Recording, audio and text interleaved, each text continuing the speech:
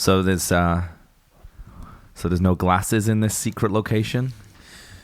No, if you want to drink water, you'd have to do it as the animals do. The primal. Exactly. Primal. Get down as our Neanderthal ancestors would have, just with a cupped hand. Like people do those like Ancestry.com things. Yeah. My friend did one in England. Uh-huh. Yeah, and his Did we even check this mic? Is it working? say something? Hello. Yeah, you're working for sure. So you went for the 58 today. Beta 58. Yeah, it's a beta 58. I'm at A. Yeah, I've stuck with now the SM7B. Well, now I have to buy. Now I have to buy one just to keep up with you. Actually, it'd be really good to do it for the next record because he famously used them to sing his vocals. I know that. Little hint there. See, for those of you listening, see if you, based on that, whether you can guess which album we're doing next. And, okay? And the Halloween energy. Oh, come on. Now you've given it away. So tell me about the Ancestry thing. Yeah, his girlfriend's from Denmark and her father's Jamaican. And her Ancestry.com was like super interesting. It's like, well, your family originally is from Lapland and they came down and to Denmark, so you're actually not, some, Inuit or something, and then also your father obviously is originally from Africa, and they could say exactly where in Africa, and the kind of the slave trade route, and also that she had some like Cherokee blood because of that the slave trade sort of triangle, back to Europe. So it was like tapestry of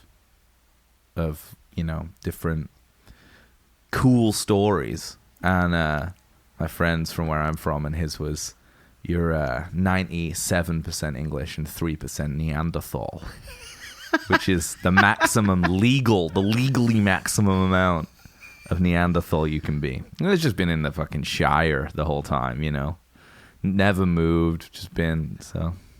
So he probably drinks water in the way that you were explaining. Well, it's funny that some people, how you whenever you see someone brush their teeth who you've known a long time. Interesting. And then you're like, this is weird, like, because I thought I knew you, and then you do all this weird stuff when you brush your teeth. Like, when people get their head down and like suck the faucet like a water fountain in sport. I'm like, what are you? It's like a sport. What are you? Thing? 12 years old? Like, are you desperate? Are you just missing high school? Come out of the Gobi Desert and you like need a drink so bad? Definitely the Gobi. So I do the double hand cup. Oh, okay. Also, maybe a bit like I've ghetto. never done that. I've used a glass. You use a time. glass? Every See, time. I find that weird because it feels like when I use a glass, I want to swallow.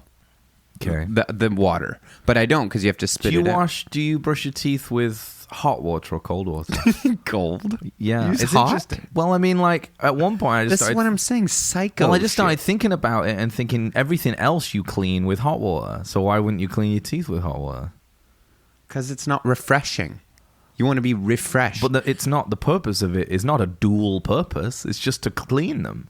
I know. For me, it freshens my mouth up. I suppose you're right, actually. Yeah. I've actually never used hot water. But a hot water in the shower freshens me. Interesting. So there are tremendous amounts of permutations here. Yeah, there really are. Live from a studio in Vancouver, the Johnny and James podcast. We're actually in a... What's the deal with toothpaste? Live from an undisclosed location in Vancouver, the James the Snake and Johnny the Fox podcast. Featuring famous bits like, what's the deal with using your hands to drink water? The best. Yeah, so I'm brushing my teeth the other day. Okay. Okay. Yeah. Good. And we'll be back after these messages. Yeah. Yeah, that's as long as you get. We actually are in an undisclosed location today. We've decided to use the fabulous amounts of money we're making from doing this podcast on, we bought a studio. Yeah. And we're just recording straight from it. Needs a bit of work, but the baseboards look nice. we're not there. We couldn't just go straight from rags to riches, you know. But and sometimes you also need to like go from riches to rags. You do, which is a little bit like McCartney I and II. Yeah, you know, it is a kind of riches to rags scenario. It actually is, because I don't know if you know. Well, in fact, I know you know very little about these records. Oh, I know so much about them. Okay. I read Wikipedia. Oh, right. Okay, good. We're on the same page then. Yeah, exactly. Yeah. But you know the way he did the first one, it's like the craziest thing to me. Like, he was just in London and he thought to himself, I've got all these like fragments of songs, so I'm just gonna rent a basement in like a building in London, like I don't know, what do you call them there? Like not a townhouse, like a tenement or terrace. Sure, yeah, like a basement room kind of thing. Mm-hmm. And he literally went down there for a week. He got style. Jeff Emmerich or some of those guys, whoever, to like get just a tape machine and like some stuff. Sure, a couple of microphones, whatever, nothing much, and all the gear. Probably what do you think he would have been using that era? Maybe a C Telefunken, maybe. Well, at that point, I think they may have had access to American equipment. I don't know, but hilariously, so he said, I'm going to go down there and do this. The Beatles were still a band. Yes, between Abbey Road and Let It Be. Yeah. Right? And he thought, I'll just get blind drunk and make an album. And he very famously got so hammered. Interesting. Like, that's what he said, I drank day and night and made this thing. Thought he was a weed guy. He was, but McCartney I is all booze. This is his Pussycats. Yeah, and you might not even find this on the Wikipedia, because I had a bunch of stuff, and there was this interview with him, I don't know when, but he talked about it. He was like, it was just a booze album. He's like, I just really just got drunk and went mental in there and just made shit. And I love the way it sounds for that. Yeah, it's cool. And it's really well recorded, actually, of course, but... How do you think Lennon felt about it? Well, I know he was choked as hell, because the Beatles all begged Paul not to release it, right? Because Abbey Road was about to come out, or Let It Be, I guess. Yeah. Weirdly, they recorded Abbey Road after Let It Be, but then put Abbey Road out first. And they all three of them begged Paul not to release it, and then in the ultimate Maca dick move, he put it out without telling them, and it went to number one. And I personally have the opinion that that's what caused the Beatles breakup as much as anything. Do you have an insider on that? I mean, I could ask Yoko, but yeah, I thought she caused it. Well, that's what I mean. I think like by hypnotizing John, hypnotized the whole group, didn't she? I heard about that. Yeah. And that it was under hypnosis they met Abbey Road. Really? So it's like, could you can't really blame them. Like, it's their best album, maybe, right? It's not the most Beatlesy album. Hard to say. Which is the most Beatlesy Beatles album? It's been a hard day. Yeah, we decided that one. Yeah, when they're running around and stuff, but they've not got their outfits on. They're running. They got their Earl. They are running. I think of Beatles as running, smiling, frolicking, smiling away from screaming women.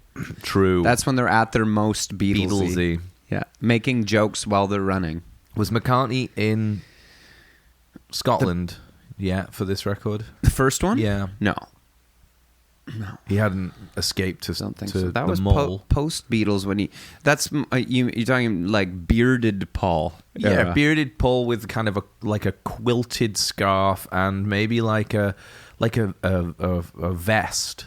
Like a kind of sweater vest. Scarf over top of a suit jacket. And a sweater vest. Or a vest kind of a Richard Thompson approach as well. Yeah. It's kind of a British folk revivalist outfit. Yeah, yeah. Kind of you could ramble. Nilsson wore a lot of sweater vests too. So coming at it from a different place, I think. Yeah. That's more of a kind of, I'm in LA, but I don't care. I'll still be fashionable thing. True. But Paul, bearded Paul's probably my favorite Paul look. Oh, I didn't think he looked good with a mustache. No, I never liked the mustache. Sergeant Pepper's. Have you ever seen that? He's never really changed his look too much. No, not he tried and it didn't. Like beard is like where he was meant to end up. Like when he wound up on that farm with Linda and little Heather and them, you know. Yeah, absolutely. Shame she died, isn't it? Really. No, Linda. Oh, Linda. Kind of never really came back from that one. I don't think. Kind of the best. Married that woman. They're kind of the best couple. Yeah, like rock and roll couple, because she was such an amazing photographer and like an artist, like and definitely a Hollywood Republican. Was she? She's from like a Kraft family or something. Oh yeah, she's Eastman. Yeah, they were rich. Yeah. She's a kind of an heiress and a debutante. Gone Kraft bad. Wasn't like Heinz or something. Something like that. I think Heinz ketchup. She's a Heinz heiress. Something like that. Maybe I'm thinking of like a sitcom I watched or something. I don't know. She has a great line of vegetarian food in England. Linda McCartney stuff. Kind of a Paul Newman feel. Little bit Newman's own, but it's a little bit more. I think it's a little bit more of a capitalist enterprise. Yeah. You know, I mean, it's amazing that there's still enough Linda McCartney to make food out of. Someone was telling me the other day that about how me and my girlfriend had kind of a Patti Smith, Robert Mapplethorpe feel. You have a bit of a Mapplethorpe. You're just sinewy. That's all. And you don't look like you're stricken with AIDS or anything. No. And I said I like to think of it more as a Paul and Linda kind of thing. Yeah. I mean, the visual artist and the audio artist, you know, and clothing choices wise. Yeah, for sure. Yeah. And you know, I I'm like, I think I'd be maybe more the Patti Smith in that. Anyway, I don't know if you're in like bankrupt New York. No. In the Chelsea Hotel, like maybe 5 years earlier. No. And the person who made this claim is listening right now too. Yeah. So, you know, back it up. That's what I say. Yeah. I got a question for you that I've been wanting to ask you, James, for some time now. You know, we've discussed the pirate, pilgrim, pagan. Yeah, I mean, at length. It applies to every artist, really, throughout history. Lots more conversation to come. Where do you? Which are you? That's a good question. Can you answer for yourself? I don't know. I wondered that because I was thinking for myself and I was having trouble. Well, I mean, first of all, I'm not a musician anymore. I gave that up to start podcasting. So, in terms of this podcast, or in terms of in terms of podcasting, we're both pirates because we're for sure, kind of explorers. Yeah, rock and roll explorers. Exactly, on the high seas of rock. Exactly. Yeah. I suppose I've never been sure of what I'm doing musically. Everything I've done, I've moved around a lot, but I'm not enough to. You've been on a pilgrimage. Yeah, but that to me suggests like folky rootsiness, you know, I know. and kind of an Oregon Trail approach, you know, kind of gay bundle Steinbeckian kind of feel. You know, the coffees other night, are kicking in, we're getting synced up. The other night, my lovely girlfriend, you know, I had an album come out recently. Certainly. And I figured, hey, there's a pandemic out there, but why not celebrate a little, you know? So Alex and I, just the two of us, we had a few drinks, and she threw on Street Legal by Bob Dylan, dedicated to Emmett Grogan. Yeah. And I was like, I've never really listened to this record. Great name. It is sleazy as hell. Sleaziest of his album titles for sure. Is there a sleazier one? Empire Burlesque. Yeah, that's sleazy for sure. But no, he. What year is it? 78 or something. 78, just before McCartney his sleaziest period. Yeah. Oh, big time. But is he repenting what I realized, at that point, or is he past? He's not even got in. Oh, he's got in. He's in. No, it's after that. It's after. No, he's maybe out. it's later than 78. But what I realized, we figured it out. How I said Dylan is all three: pirate, pagan, and pilgrim. Yeah, not true. No. Figured he went from pilgrim to pirate. He was never pagan. What pilgrim about the Rolling Thunder stuff? That's all pirate energy. ISIS. Well, yeah, but that's ISIS's desire, right? That's definitely. I think Blood on the Tracks is the turning point. Okay. Shelter from the Storm. Well, yeah. Oh, dude, hang on a second. But I gotta look at when it came out. I'm just doing some live research here.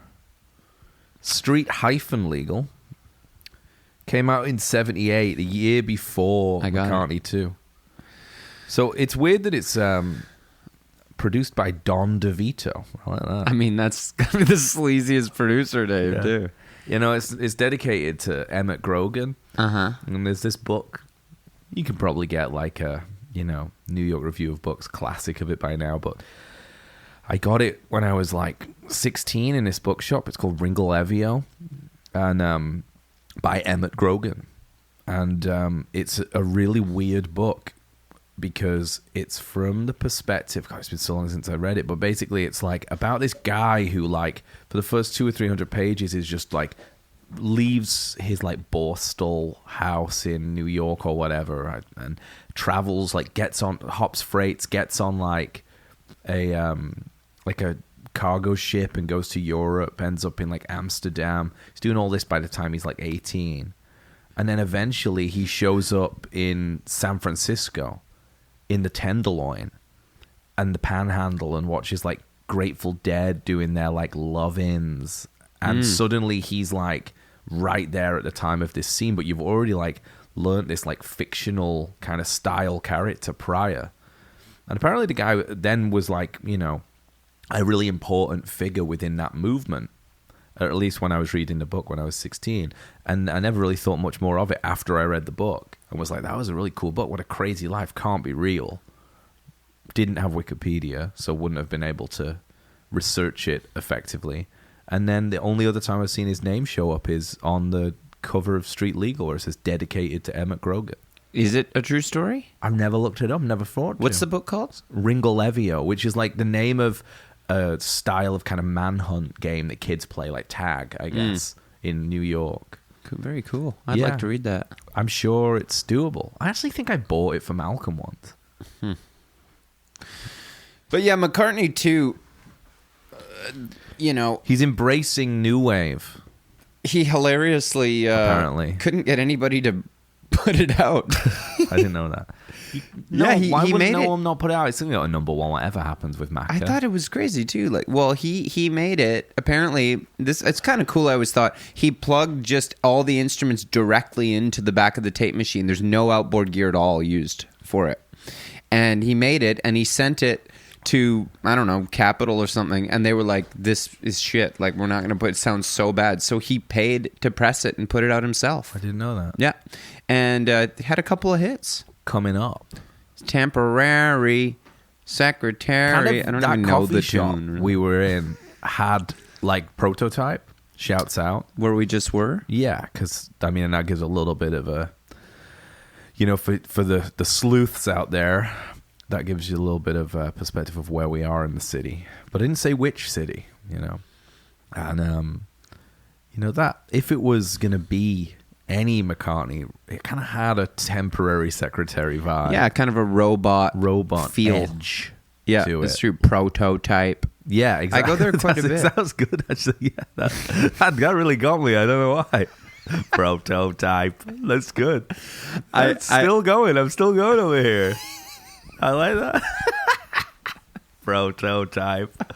I don't know what it was. It's just like this is a good one. It's going. Propaganda. Yeah. That one doesn't mean to have. Propaganda. Yeah. That one doesn't mean to have a robot feel. That means to have more of like a kind of black bloc anarchist. But then there's all these vibe. There's paintings of robots on the window. There's lots of robots on. Something's going on. AI's taking over. It is, do you? Prototype, Mr. I go there a lot. Prototype. Weird feel because they're like, it's more of a roastery than a coffee. It's certainly one roasted. of those places that you go in and you order a coffee and they kind of look at you weird. But they were all dressed. Like they're like, yeah, we got a cup around here somewhere. I got mine in a kind of Petri dish. Beaker. A Pyrex beaker. Yeah. But, so it has, it's kind of there's a lot of sort of cross-pollination. Walter White thing. Yeah, there's a slight Walter White energy for sure, but the clothing didn't match the room. The clothing was a bit Mull of Kintyre like you dressed well for it. It Yeah. kind of had Well, a I bit did of a a McCartney kind and of McCartney and Linda, Yeah. and out on the farm, Yeah. Campbelltown, Yeah. whatever it's called. I think it's Campbelltown they were living in. You'd know better than me. High Park, I think, is the name of his farm. Yeah. What a nice life, huh? What a fucking way to go. Imagine if you were just Paul, like, and you're just like, the Beatles break up. You're just on top of the world. You put out Abbey Road, and then you're just like, you know what? I'm just gonna buy a beautiful farm, go live there with my. He did it right, man. I He read knew what though to that do. he was broke as fuck. Like I remember reading that there was like, I mean, it could have just been. Yeah, right. It's in my head. This I don't know why, but I remember reading that like when he moved to do that, it was like to escape, right? Right. To be like, I'm fucking over, like and he's kind of Clear got your that- head, though, too, Pardon? a little bit. Clear your head a bit. You got to clear your head sometimes, and there's no better place to do it than the Scottish Isles, which are a bit like our Gulf Islands, really. But yeah, I read somewhere like years ago that he went up there and the checks weren't coming in. Like something was going on with Apple, but he didn't want to go back down. Well, they had that bad deal with Alan Klein, Sure, right? there you go. This might be it. That was the other. That's the third. That's the other reason they broke up. Right. Because the rest of the Beatles wanted to sign with Alan Klein. Like Mick and Keith or somebody Sure. were like, this guy's a badass. And Paul was like, I don't like it. Like, Yeah. he's kind of a, It's not Badfinger related, this, is it? no. Well, I mean, it's all partial lineage. Sure. But absolutely. Paul didn't like it, and I think somehow their finances got all fucked up. Yeah. And that it's all money, right? Yeah. Have you ever seen that George Harrison, the Scorsese one that came out, Living in the Material World? Yeah. Man, that footage at the very beginning of them all signing the contracts for the Beatles to break up is like the darkest super footage of dark. it. And George is signing these papers, and he's just like, please, Lord, let it be over. Like he says that, and Yeah. you're just like, oh my God. It's like watching something you love so much just get the mutilated. the kind of crang of it, though. Yeah. You know what I mean? Yeah. It's so sad. They all you can see how far they've all moved in these they all look insane too. They've become their like over exaggerated, like idiosyncratic personalities, where it's like, well, I'm going to be the peace one. Well, I'm going to wear all white and be the peace one. Okay, well, I'm going to get ashram on it. Yeah. And McCartney's like, I'm going to go and work on a farm. Ringo's just a playboy. Yeah. He's kind of pretty consistent, actually. Yeah, he is. Isn't it crazy? Okay, the first record came out in 1963. Yeah. And the last one in 1970. Like, think about how much, like, you or I have changed in 7 years. And think about, like, the crazy Yeah, I know. evolution of, like, their bodies and Yeah. look. Like, sometimes it blows my mind. I'm And like, George is only like 23 or something. they're like, their difference in the way that they look, like hair, bodies, Yeah. clothes, like they the way might they have speak, different like, bodies. yeah. It might be that. Well, Paul does. Well, yeah, He's we not Paul the same too. person. Yeah, but it's interesting because John, thinking about it, looks taller Yeah. by the end. Yeah. Maybe it's like a different casing, like the same brain, but a different casing. Could be. They're all the same height, besides Ringo. Really? Do you know that? I would have thought that John Lennon and George Harrison were taller. I think than they're all Paul McCartney. 5'10", all three Beatles. Really? And what's Ringo? Shorter. I don't know, 5'7" or something, 5'8". He's a little guy. Not that I'm particularly obsessed with any of this stuff. Height. Sort of. I used to know I used to read a lot of the shit about these guys. This is a lot of memory bank shit that I like probably I should remember like to take my garbage out on a Monday night. Yeah. Because like it was a holiday recently, so it changed from Sunday to Monday. Never ever. Forget every yeah. week, but I know how tall fucking George Harrison is. Don't ask me why. I love it. I mean, I guess that's why I found my calling here as like a podcast pirate. Yeah. But yeah, Maca 1, like that record was like, it was a beautiful album. I remember getting it and The one with the Red Bulls on it. yeah, like Lovely Linda comes on at the start and it's just like, Yeah. it's just Paul's He's in free. love. He's free. He's free and in love. And it's bluesy. It's super rockin'. Like Yeah. his guitar playing's wicked. His drumming on it is the most impressive part. It's really quite avant-garde. Call to arms for all non-drummers to start playing drums because you're automatically better than drummers. Mm-hmm. You know, that's a hot take for you. Mm-hmm. I love listening to non-drummers play the drums. Yeah, the last song on the album is just like a 5-minute drum solo. Yeah, and it's wicked. Like better than Moby Dick. It's great. Like it's just, no, it's more like better trancey. Is it better than the drums in Asia? Better than Gad? It's just like lo-fi. No, it's not better than that. Kind of a trip hop feel. It's just it's more of like a kind of droney, like a slow jam, like Eastern. Kind of a Purdy Shuffle thing.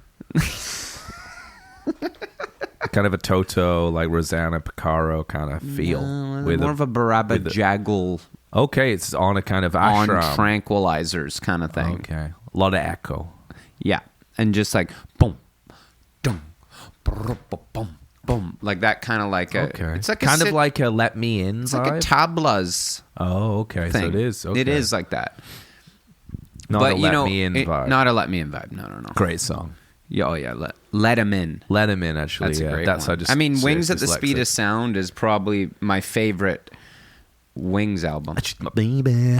That's the best. Yeah. I mean, that's a fucking banging song. Yeah, it's a banging song. That'll scare anyone off their seat. Yeah. Frankly. Yeah. Do you think he sped the whole thing up? Just on tape? Just I think kind so. of slow? Yeah, Because everything feels a bit like sounds punchy. a little sped up.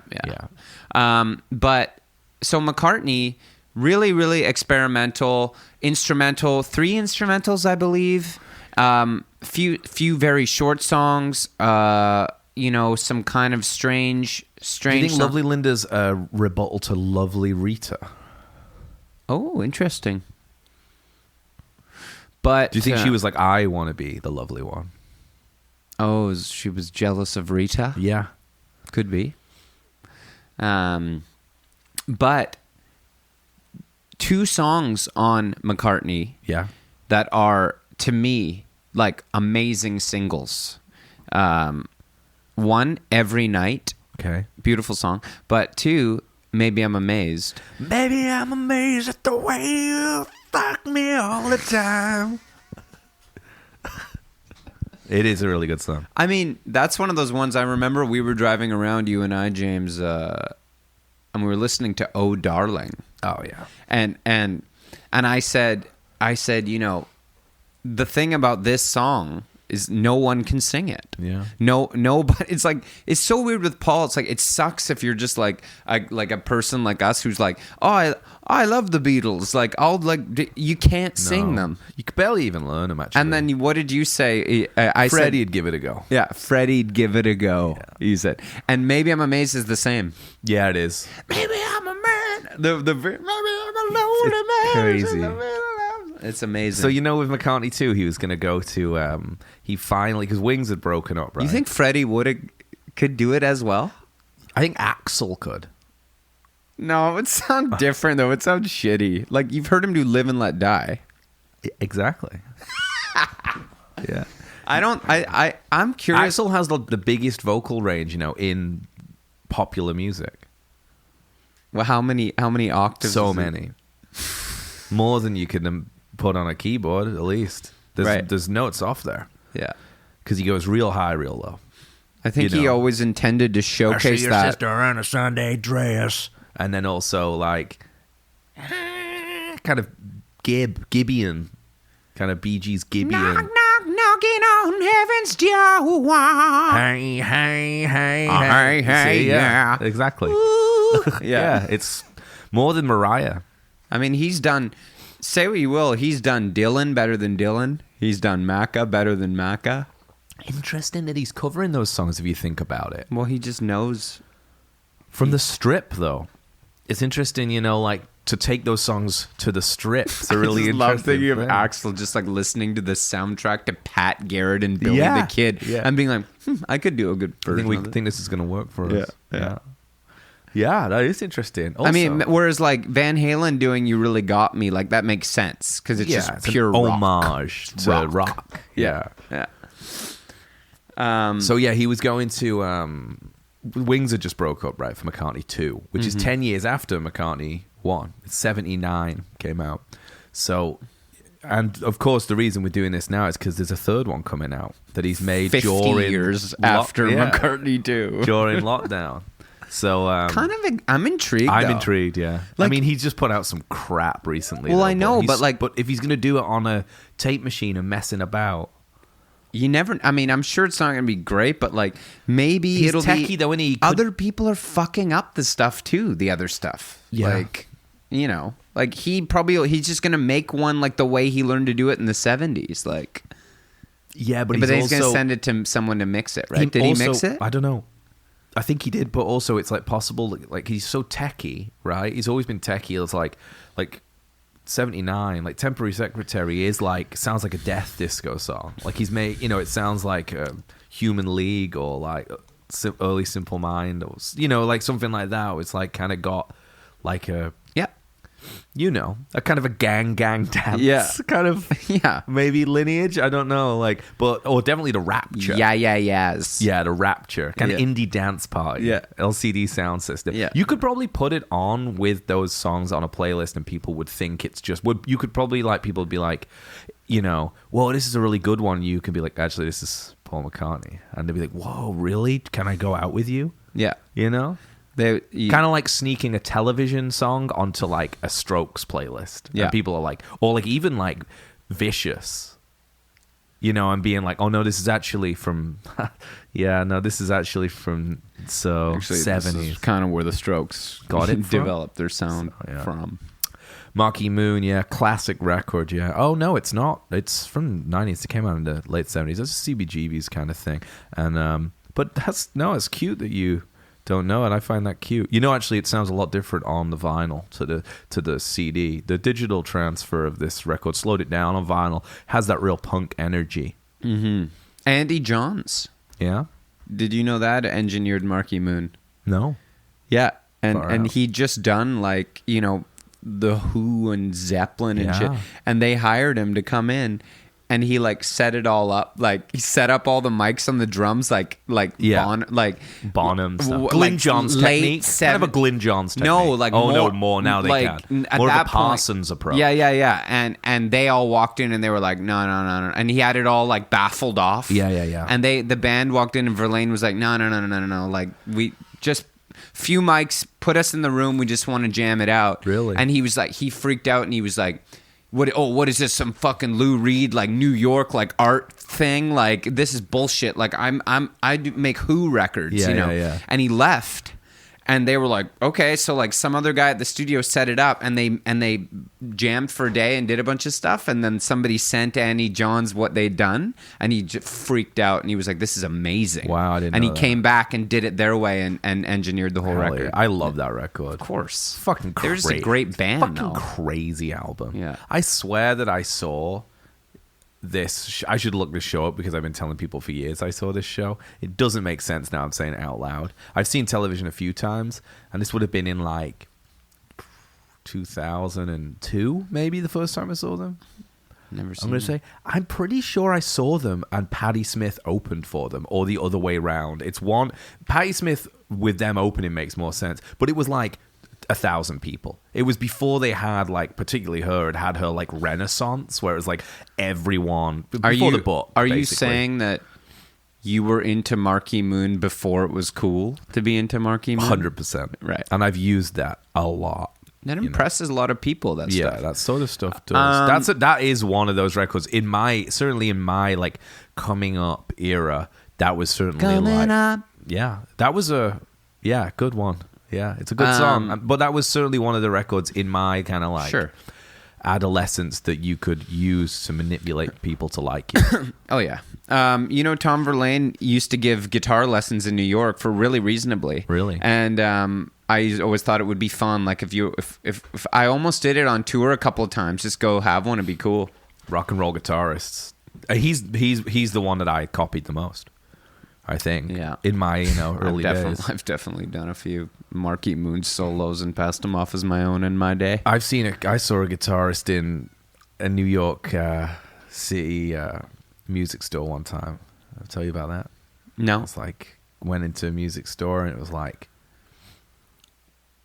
it's like one, like I can't remember which one it was. It's like a big New York one, and it was just like, I was really excited to go in, and then there was just this guy, it's like old dude, like wailing in there, like so loud, sounded terrible, like all these weird effects pedals that made no sense all next to each other, and it was just kind of feeding back, kind of thing that like you don't get away with. And I was like trying to like look at stuff, and it was like that distracting. I was like, this is like not a big place. I was like, fuck this, like this is ridiculous. Why are they even letting this guy do this? Yeah. It's just like destroying the store. Literally, the store is you couldn't be in it. So we left. I went back like after sound check, and the guy had gone. I was in there and I was looking around, and I was like, fuck, about that guy earlier. I'm fucking how crazy. And they were like, yeah, I mean, we have to let him do what he wants. That's Walter Becker. Yeah. So there you go. Rest in peace. This was before he died. 15-year-old girl OD'd in his apartment, and then he became an avocado farmer in Hawaii. I guess so. I didn't know. When did he do that? Like in the 70s? No, this was after that. Maybe it was the 80s. It must have been the 80s. You didn't know that? No, I love it. What's with 15-year-olds ODing in people's bathtubs? Henley. Like he just had to like go low profile because the parents like sued him, and he had to pay them, and then it's got to have been like after Gaucho. Oh yeah, it is. Yeah. And then he moved to Hawaii to become an avocado farmer, quote unquote. That reminds me your story of one time I was in Los Angeles, and it was right when Smash Mouth All Star was like the biggest hit. It's a good song, yeah. I can't even sing it. Yeah, I'm a rock star. Yeah, get your game on. Hated the song more than anything. They had another song. I was into like Marky Moon. So don't delay. At my flies around. You might as well be walking on. Kind of a prototype slash temporary. Kind of a temporary secretary kind of monotonous robot energy. Yeah. They also sound like they're from Leeds. They probably are robots, those guys. So All Star was the biggest hit in the world somehow. Yeah, it was. And I hated it more than anything. You're going to love this. And so I went to LA, and I was just like, fuck, get this song out of my life, Went to see this movie at Mann's Chinese Theater called Rat Race with Rowan Atkinson was in it, actually, Mr. Bean. Mr. Bean, yeah, or Black And Adder, at the end of the movie, all the characters wind up at a Smash Mouth concert, and they sing All Star on the stage. What? And I was like, give me a fucking break. I was like, okay, so we left, no big deal. Yeah. Next day, we go to Universal Studios. We're on the tram tour where they show you King Kong and Jaws and all that stuff. All the cats. And they're on there, and I'm seeing the Back to the Future clock and everything. I'm loving it, And then you're on the tram tour, a screen comes down and the thing, and they're like, they don't just film movies here, they also film music videos, like this one from Smash Mouth, All Star, made us watch the whole video. And I'm like, you got to be kidding me. You got to be serious. Next day, we go to Guitar Center on Sunset.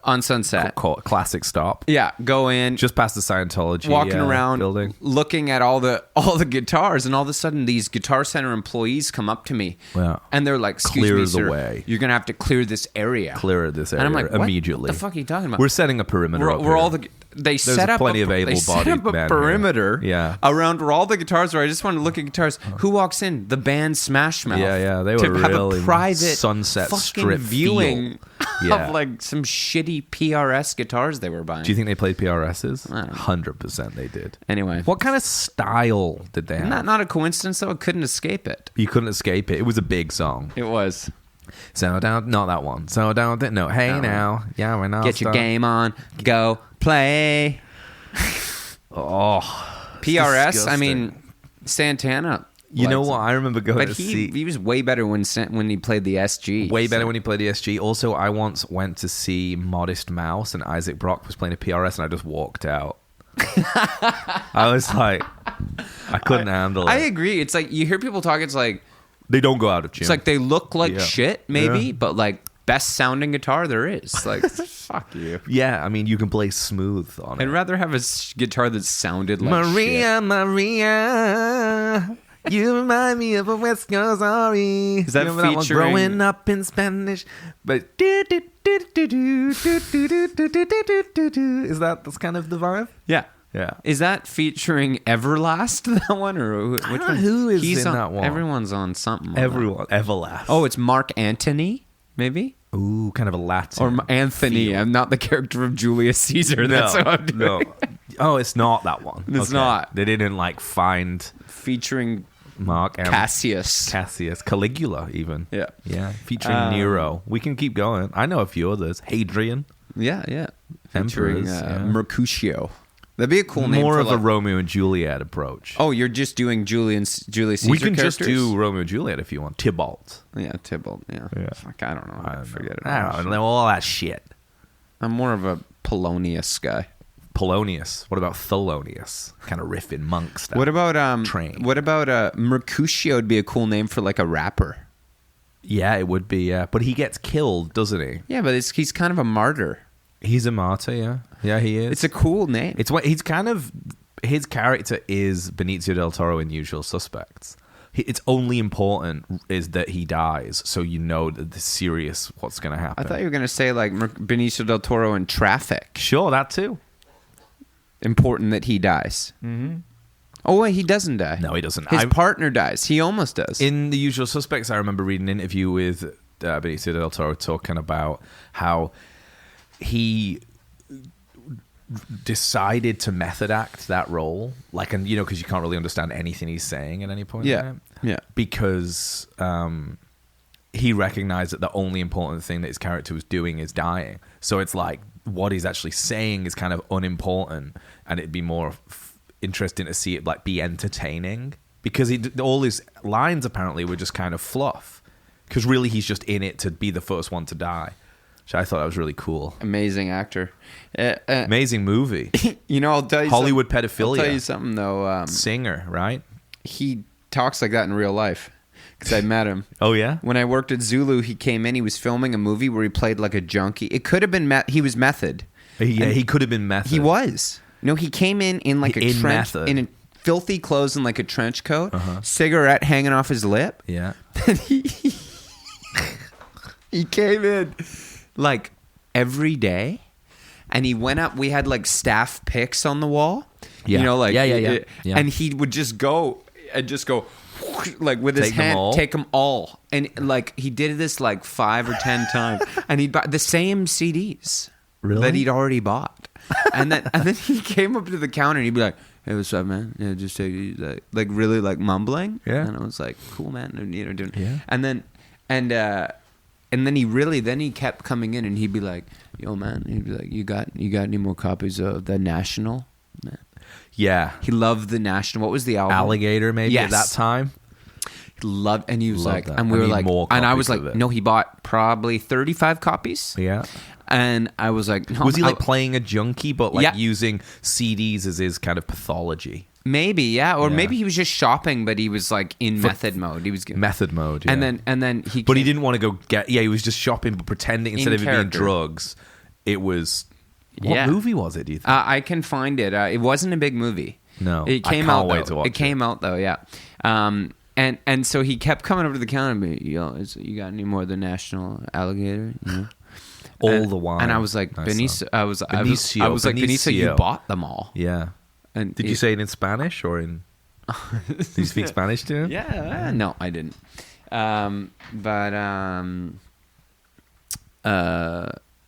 Yeah, he was like, The National Alligator. And I was like, no tengo. Yeah. Yeah. Hombre.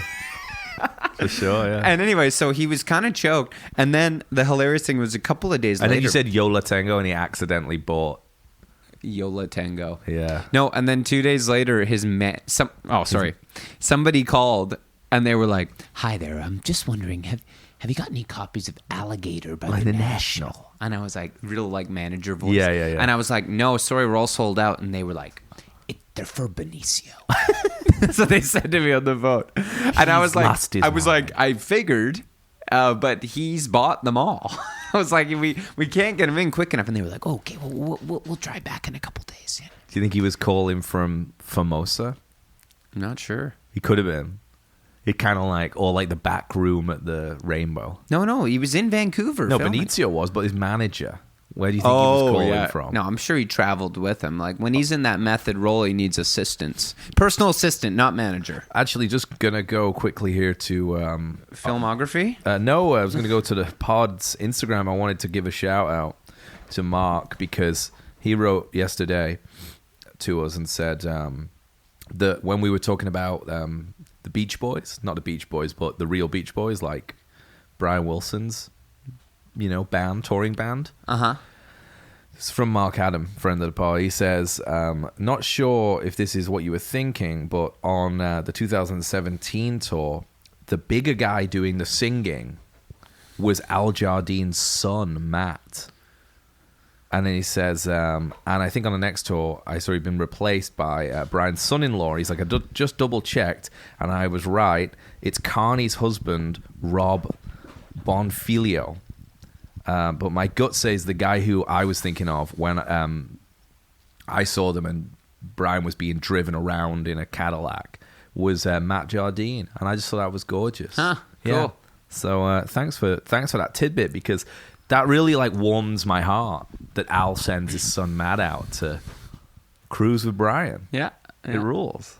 I mean, it's a family affair with that group. Well, yeah, but they're all dead. Yeah, it's true. Is Al dead? Don't know. I don't think he is. Is Brian? No, Brian's alive. I know. He's more alive than anybody. Hey, check us out too. I got another one for you. I was going to talk about McCartney a tiny bit because I was going to say that I read that so Wings broke up and he never toured Japan with Wings because he had a weed conviction. Yeah. And famously. So then he was able to go back because of this sort of I suppose lawyers dealing with it. So it was the first time in 9 years he'd been able to go back to Japan. He was going to tour McCartney II there. Mm-hmm. So it was all set up, sold out tour, Enormo Domes, the whole thing. Yeah. And he shows up at the airport and they search his bag and he has 220 grams of weed in his bag that he's brought. And he went to jail for 9 days and got banned from Japan. Yeah. Yeah. It's insane. That's a lot of weed. Yeah. That's 220 grams This was of weed. after? This is after he had his first conviction Really? quashed. Yeah. Oh my God. Yeah. So he never got to tour it. He really likes weed. He's definitely a weed guy. Yeah. Okay, I was on Crosby's. It's funny. Crosby's It's funny though. McCartney it famously said that during Sgt. Pepper's he was doing a lot of coke. It's a weird thing. He was like, I did coke for 1 year, during Sgt. Pepper's, and it almost kind of makes sense when you listen to it, doesn't it? That he's kind of feeling himself. He's all amped up. Yeah, and they're all that era of drugs. Everything was just. It must have just been fun. That's his rumors, kind of. I'm looking at... Fuck, man. I was on David Crosby's Twitter yesterday, and he's tweeted since I was last on it about 200 times. He said something crazy about the Byrds, where it was because he only responds to I'm not even joking. You got to see this. There's 200 tweets since I last was on this.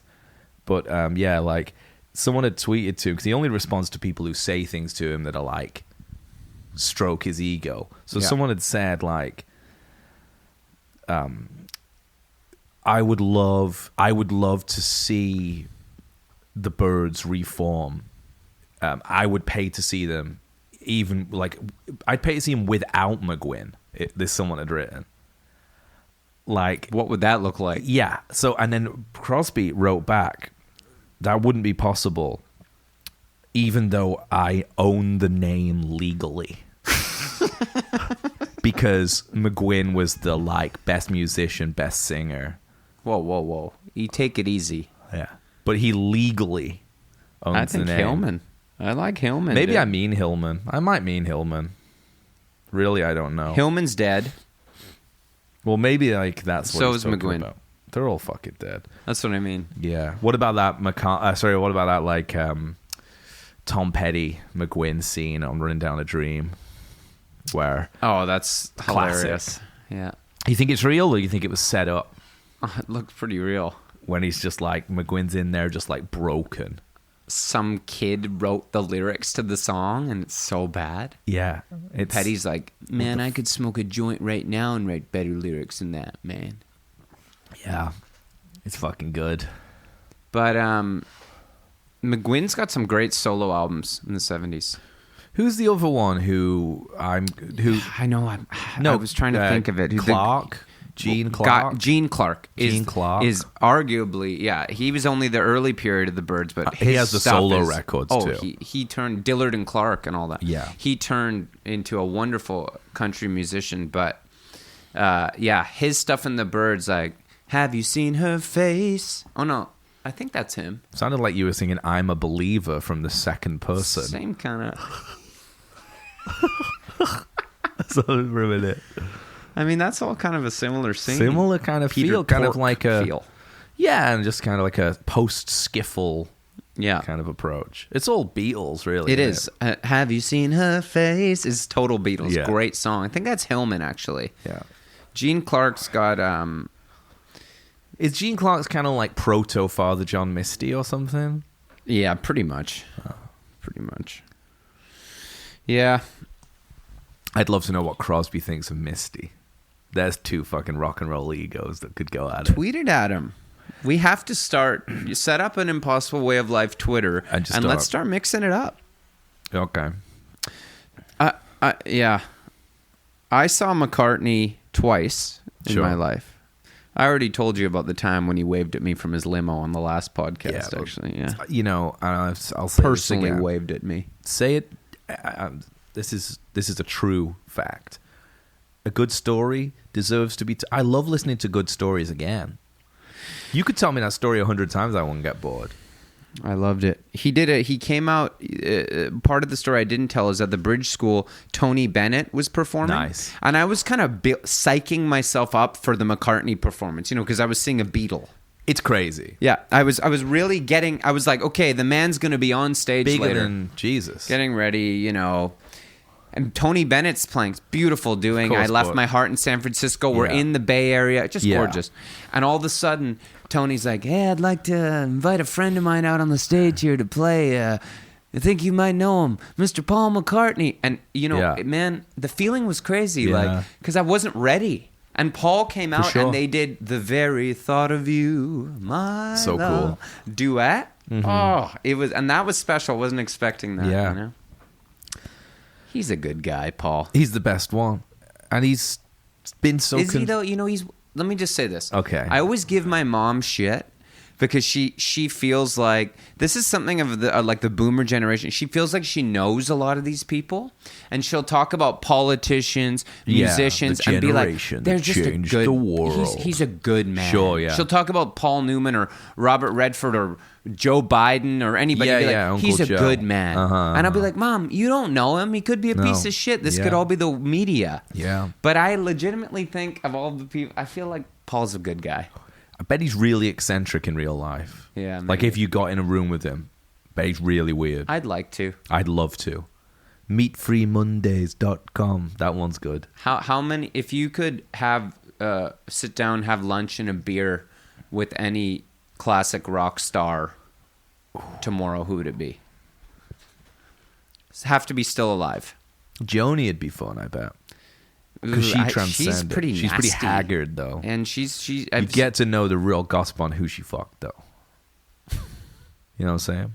Because everyone claims to. She'd want to get into that, but I don't know. She's a painter, anyway, isn't she? Oh, so it has to be like what they would talk about. And when I say now. Nasty, like I've heard her in interviews, she's really kind of... She's ill as well. And she's not. So it's how she's not accessible. Them in their current state. She might not want to talk. Yeah, Bachman was good, man.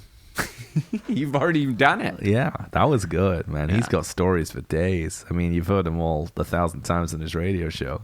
Yeah, it'd be cool. Like Dylan would be weird. Dylan would be weird. I don't know if I'd be able to cool myself off. And he's just too weird. He'd probably talk in I think I'd pick Paul. Talking, yeah. He'd be friendly. Yeah, he would. He'd be, if you were just like, hey man, tell me about like the bass tone with a little help from my friends. Certainly be like, great story. It's we would just run it through the thingamajig. We just put a speaker up to the bass sound. That's what we do. Treat it like a microphone. That's just what. We were just best drummer in the world. We were just four guys. Not even the best drummer in the Beatles. We were just playing music, We were just four friends. That's it. Music. Went to Hamburg. That's it. Went to Hamburg. Best band we were. Record deal. Best from the world, Then George went to India. John, I mean, it's hard. He's only really like We really love each other. We still really love each other. We still really love each other. Yeah, we still do. We don't talk. We still really love each other. Yeah. John's just punching holes in walls. A fucking piece of shit, McCartney. Hypnotized, strangling Maypang. They would have hanging got out back with together. Nielsen. You mean that? But that's we got spared the blushes of that probably. I know. John said in his final Hey, interview, my, dude. it's so sad. He gave this interview walking on the beach. I think it was People magazine, like 3 weeks before he died. Yeah. It's the saddest one. It's so beautiful. Where he talks about how everything, all his bitterness, all that shit was what he's like. I was just young. I was confused. They And were he's like- young. I mean, and that's he's the thing like, I to love remember. Paul. He's like, could totally see the Beatles getting back Yeah. together. But yeah, you're right. We're spared it of it, aren't we? Kind of. I mean, that's a thing. Like, better to, Yeah. better to burn out than to fade away or whatever. Whatever Amen those. to that, brother. Amen, brother. I'm gonna be doing this podcast when I'm 132. Like We'll live crammed that inside long. a By little that body. time, by the time we're that age, like Paul will still be alive too. We can go use those kind of prototype roasting / matrix style machines to become charge, just to reborn. charge up, Yeah. just to be charged Yeah, up. well, we all have a battery inside us. Prototype. Prototype. Yeah, you're good at that. It really gets me. It tickles me every time you do it. I don't know why. You said some funny stuff on this podcast, but that really, for me, just tickles me. Always happy to entertain you. You're good at doing it. You could do a cover of Temporary Secretary. Yeah. Secretary. Yeah, or What's I that could, all about? Secretary. I'll tell you what we haven't or I talked could about. do. Don't go, Jay, jumping waterfalls. Please stick to the. Did he get credit for that on It's the TLC really weird. song? Did they credit him? I don't know. Did he get publishing on that? He wrote it. I It's know. so strange when you and obviously, use that. If you're hanging out, someone's like, because it's probably come back in. It's a bit de rigueur, like TLC, crazy, sexy, cool. It's 30 years old, isn't it now or something? So probably it's probably cool now again. Great So, record. And I think that I if bought the someone's CD. playing it, you bought it on CD, red cover. Oh, yeah. Red cover, 3 white. of them. Yeah, 3 of them. Rip Lisa Left Eye. Yeah.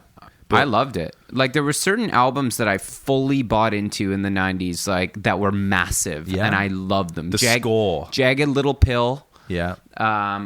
Fugees. Yeah, the score, yeah. Oh yeah, the For score, sure, yeah. I'm one step ahead of you. TLC, Kind of your urban phase. What did you wear I was during your really urban into phase? rap in the Yeah. 90s. What did you wear in your urban phase? Puff Daddy and the Family, No Way Out. Okay. Oh. Mace, Feels So Mace Good. had a moment. Oh no, that wasn't the name of the album. Oh, Harlem World. I read a thing about Mace where he when Instagram culled all the bot followers, people who a few years ago people were paying to have followers, and Instagram was like, okay, we're gonna cull all the followers, the fake, the bots and stuff. His went from 700,000 to 10,000 people. He just basically was it's no one remembers him. And then he was pretty bummed. I think he was probably bummed. Yeah. I'd like to sit down with Smokey Robinson too and have lunch. That'd be cool. He's such a nice guy. You could have a Smokey with him. That'd be cool. That'd be- Hey, go to a ball game. Yeah, go to a ball game. That'd be nice. Would you say, do you think he calls them Smokies, or it's too confusing and he has to fight them every time he sees them because there's only one Smokey? Sues them. Yeah, he sues them. You don't have the But you rights to take him that. curb style to a game. I'm the original Smokey. Yeah, exactly. Calls himself Smokey. I met Little Richard once. He called himself Little Richard. Yeah. Yeah. Vegetarian. In a vegetarian cafe in Manchester. He's cool. Dead. Luke's going to give it to us again for talking about the Beatles again, man. Whatever. I know, exactly. Shout out to Liverpool as well. Home of the Beatles under tier 3 lockdown. Thinking of you guys over there. I've talked to you about this before, you being from Manchester, that you must feel a sense of pride that so many amazing bands have come out of the small area where you were born and grew up in. Yeah, it's amazing. But it's also really interesting. You walk around cock of the walk, don't Fucking you? well- Name me one fucking good band from Victoria. Hot heat. 5440. Yeah, Vincat. Wow, that's a blast from my past, dude. I played one of their first ever shows. Yeah. Oh fuck! What about there was the band that came out of another. They came out of Daddy's Hands. No, they're good. They fuck. Why do I Hot know? Hot Heat were good. Yeah, no, there was another band. I want to get this because they were good, and they were like a 6-piece band. Girl bass player, ginger hair. Really good band. She was in. I don't remember the name. They were good. They were good. And they were more recent. I rest my case. They were more recent. I rest my case. Manchester, no good bands from there either. No, none. Never heard of them. You know what's really interesting? Liverpool won. Yeah, it's funny that like Manchester and Liverpool are only like 30 miles away from each other, and they're like their scenes don't diverge. You know? Yeah. Is there a rivalry? No, not football. Yeah, but not really in terms of the bands. Not but you do like. bands. I remember like going when I was younger, like to play in Liverpool, driving to Liverpool from Manchester to play shows, and like you'd play with bands that like had like a kind of skiffle, Lars, Mersey beat vibe. It'd be really weird, and you go back to Manchester and it'd be like Joy Division and Oasis, you know, and it's really interesting. So there must be I think it's like Seattle where there's like a pride, although that's been eroded out of Seattle because of the tech stuff, but you know, where there is like this like awareness that you can build something on top of something that already exists. That being said, like I haven't seen there's like not like these like massive, you know, bands are coming out of Manchester like these days. I mean, there's a couple in England, but I saw Noel Gallagher once, and he said that the Cortinas, who were a band from Manchester, or still are, they play stadiums in England, were the first big band out of Manchester that sound like they're from the South. And he was like, they sound like the Libertines, they don't sound like Stone Roses. And he still, this is backstage when they played in Vancouver, they still have that kind of awareness of what they're doing, Oasis, you know what I mean? Which is like, it's fucking northern music. You talking about when Oasis played Vancouver? Yeah. When they walked off stage? No, I wasn't there. I was at that show. Really? No, when Ryan Adams people were throwing coins at them. Famous, yeah. I was so choked, dude. I was 12 years old. Like, my mom had like saved up to like buy me ticket. My mom took me to the show. Yeah. I was so excited. And I remember Limb Lifter opened. Amazing. And Oasis came out, played 2 songs, and they got thrown, and they fingered the crowd and walked off. And I remember we sat there for about an hour thinking they'd come back. Fucking hated them after that. Yeah. Pieces of shit. Would have been a great time to see him. Great time to be alive. What's the Story Morning Glory tour? Yeah. 25 years, isn't it?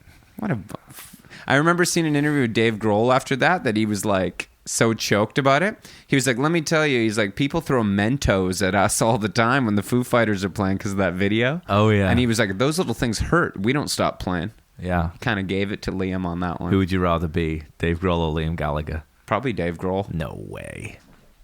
He's like, all he's doing is checking off his bucket list, like making records with Paul, like It Might Get Loud. All he does is just jam with people. Yeah, I don't know. Is he in It Might Get Loud? I don't know. I've never seen that. You're talking about Jack White. Jack Black. I hate Jack White. Yeah. Jack Black. I'm losing the plot. Okay, here. see you next week, folks. All right.